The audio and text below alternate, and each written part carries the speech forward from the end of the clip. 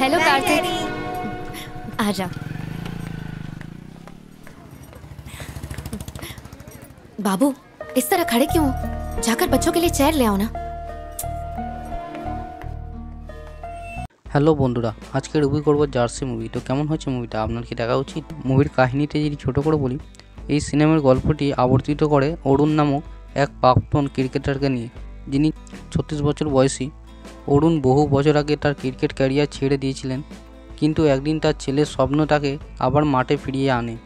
সে আবারও জাতীয় দলে খেলার জন্য কঠোর, তার পথে তার সামনে আসে অনেক বাধা।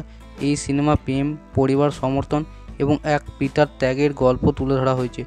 গল্প সত্যিই হৃদয়গ্রাহী এবং শেষ পর্যন্ত আবেগে ভরা।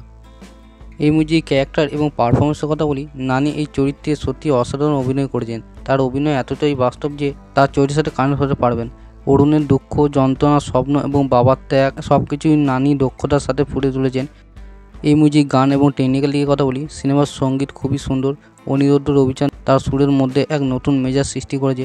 বিশেষ করে সিনেমার চিত্রগ্রহণ সুন্দর।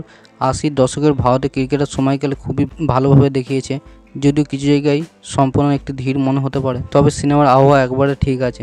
এই মুভি যদি পজিটিভ দিকের কথা বলি, এই সিনেমার সবচেয়ে বড় ভালো দিক হলো এর গভীরতা। এটা সাধারণ প্রেমের গল্প নয়, এখানে এক বাবার চেষ্টার গল্প, তার স্বপ্ন এবং পরিবারের প্রতি ভালোবাসার গল্প। যারা কখনো নিজেদের স্বপ্ন পূরণ করতে হাল ছেড়ে দেননি, তাদের জন্য এই সিনেমা অনুপ্রেরণা। এছাড়াও নানির অভিনয়, শ্রদ্ধার সাপোর্ট এবং সিনেমার টেকনিক্যাল দিক সিনেমাটাকে আরও বেশি স্মরণীয় করে তুলেছে। সবশেষে বলবো, জার্সি এমন এক সিনেমা যা আপনাদের মন ছুঁয়ে যাবে। যারা আবেগী সিনেমা পছন্দ করেন এবং জীবনের কঠিন পথে চলার গল্প দেখতে চান, তাদের জন্য এটি এক অসাধারণ ছবি। আমি দেবো 5-এর মধ্যে 4 রেটিং। ভিডিওটা ভালো লাইক, শেয়ার, সাবস্ক্রাইব করতে ভুলবে না। দেখা হচ্ছে পরের ভিডিওতে।